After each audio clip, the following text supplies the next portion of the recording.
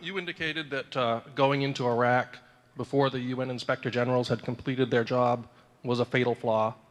Is that an acknowledgement that voting for the war was a mistake? Well, no, it would be if she'd voted for the war, but why don't you tell everybody what that resolution was?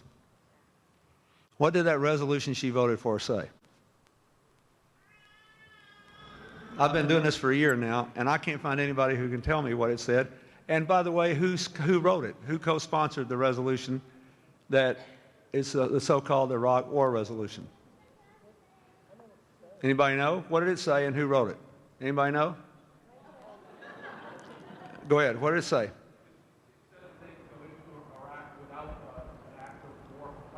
It did say that, and you can criticize her and anybody who voted for it for that. And she has said that she would not have voted for it if she'd known then what she knows now. But it did not authorize, there was a war resolution sent to the Congress. And it said the president can go to war, not just in Iraq, anywhere in the Middle East for any reason.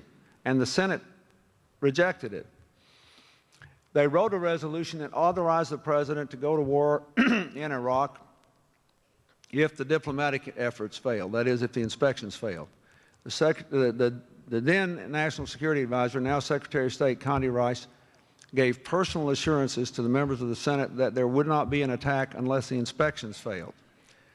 So you wound up with two groups of people voting for that. You had the people like Senator McCain and Senator Lieberman who wanted to go to war in Iraq. That is, they thought it was good that 9/11 gave us a pretext to go to war in Iraq.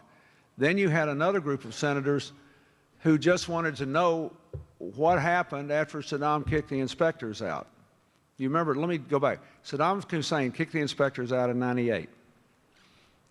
And then the United Kingdom and we, when I was president, bombed the places we thought he had biological and chemical materials. I never thought he had a nuclear program. I never thought he had any active bombs. But the UN said, not us, the UN said there were unaccounted for stocks of chemical and biological materials. Now, a distinguished journalist, Thomas Ricks, whom I think is the Pentagon correspondent for the Washington Post, wrote a book on this called Fiasco, in which he said that Iraqis who were captured said we did destroy all that stuff when we bombed, but we didn't know it. And Saddam didn't want anybody to know it because he thought the Iranians would think he was weak if he didn't have this stuff, which is why I say the inspection should have been allowed to finish. When Hillary voted for that, she believed that Saddam would only cooperate if there was the threat of force hanging over his head, and a lot of other Democrats did too. They all now say that if they'd known they were going to go to war anyway, they wouldn't have done it. The Democrats who voted against it either didn't trust the president and the secretary to keep his word, and he gave a speech in which he said the inspections were the last chance to avoid war, or they didn't think that military action was warranted in any case.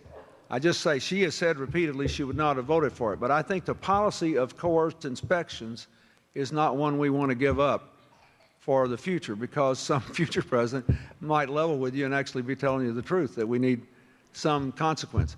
The reason I ask you is it's important. Senator Biden and Senator Chuck Hagel, who is generally recognized to be the only Republican in the Senate who always opposed the war. Hagel was always against it. He was a co-author of that resolution, and which I presume is why Senator Obama said in 2004 he didn't know whether he would have voted for it or against it, which is not, but the narrative of this campaign has been very different. And so she said she wouldn't have voted for it, but I think it's important that we not let the facts be obscured here. That resolution said that force was authorized if the diplomatic efforts then underway, either the inspections failed. The president said the inspections were the last chance to avoid war, and the National Security Advisor, Condi Rice, personally assured many members of the Senate that they would be allowed to proceed.